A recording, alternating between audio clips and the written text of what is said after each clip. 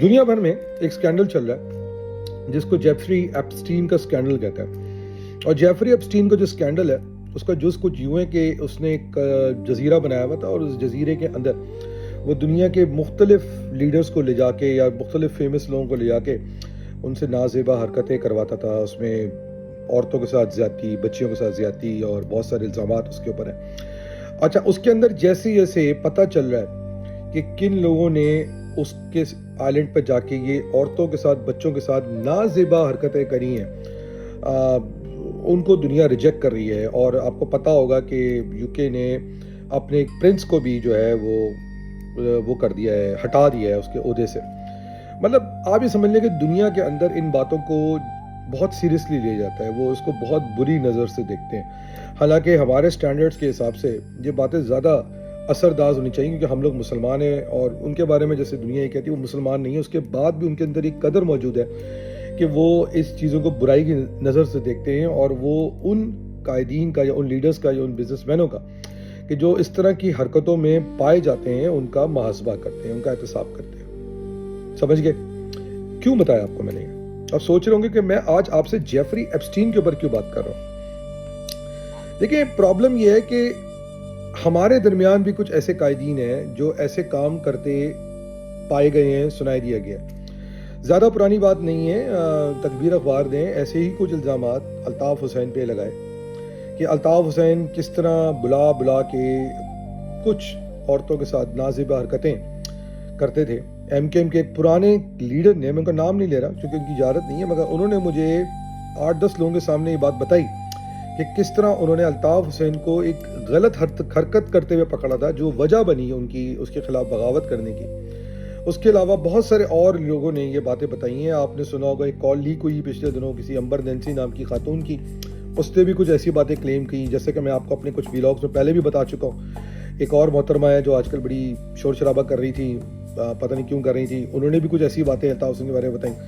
मगर अफसोस की बात यह है कि ये सब कुछ जानने बूझने के बावजूद भी एमकेएम के अंदर बहुत सारे ऐसे लोग हैं जो इस अल्ताफ़ हुसैन को अपना लीडर या कायद मानने को तैयार है। ये वो अल्ताफ़ हुसैन है जिसने पिछले कुछ साल पहले आपके सबके सामने रिकॉर्डिंग मौजूद है कि किस तरह बच्चा पैदा होता है, उसकी पूरी की पूरी जुस उसने आपकी माओ बहनों के सामने बताई।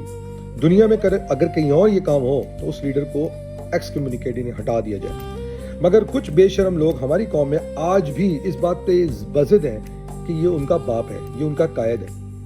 बहरहाल ये उनकी गैरत का तकाजा है, वो शायद उनके लिए बातें इतनी कॉमन ना हो क्योंकि उनकी अपब्रिंगिंग ऐसी है, मगर जिनकी अपब्रिंगिंग ऐसी है उन्होंने उसके खिलाफ बगावत कर दी है और यही बात को बताने की ज़रूरत है। मगर प्रॉब्लम ये है कि जैसा कायद असल लीडर, ऐसी बहुत सारी बातें एमकेएम पाकिस्तान के अंदर कुछ हालिया लीडर्स के बारे में भी सुनने में आती हैं। उसमें फारूक सत्तार साहब का जो किरदार है वो जो है उसके बारे में भी ऐसी बातें सुनने में आती हैं और सबको पता है, मगर सब लोग कहते हैं कोई बात नहीं, उनका ज़ाती मामला है।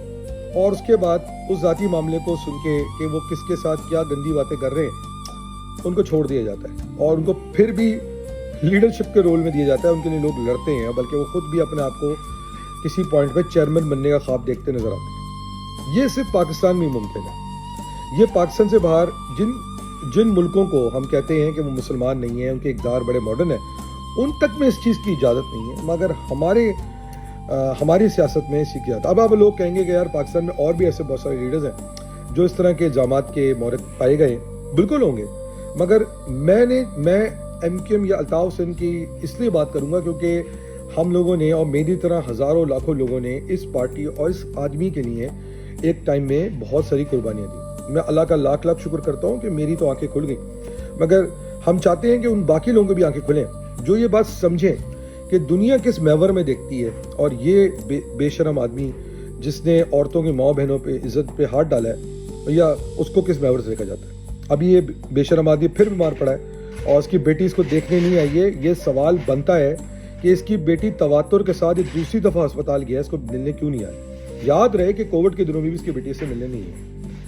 आखिरी बात ये कि यही सवाल एमकेएम की मौजूदा क़यादत के अंदर फारूक सत्तार जैसे लोगों में भी बनता है कि फिर भी वो किस जाविये से अपने आप को कौम का लीडर बनाना चाहते हैं और समझते हैं। और कुछ लोग उनको लीडर समझना चाहते हैं क्योंकि उनको इस बात से फ़र्क नहीं पड़ता کہ کوئی آدمی کس کی عورت کی ماں بہن عزت پہ ہاتھ ڈالے اور اس کے بعد بھی وہ کہتے نہیں یار ہماری دکان چلتی رہے اور ہم اس کو لیڈر مانتے رہیں. بس اتنی سی بات تھی, سوچا کہ کہہ دوں.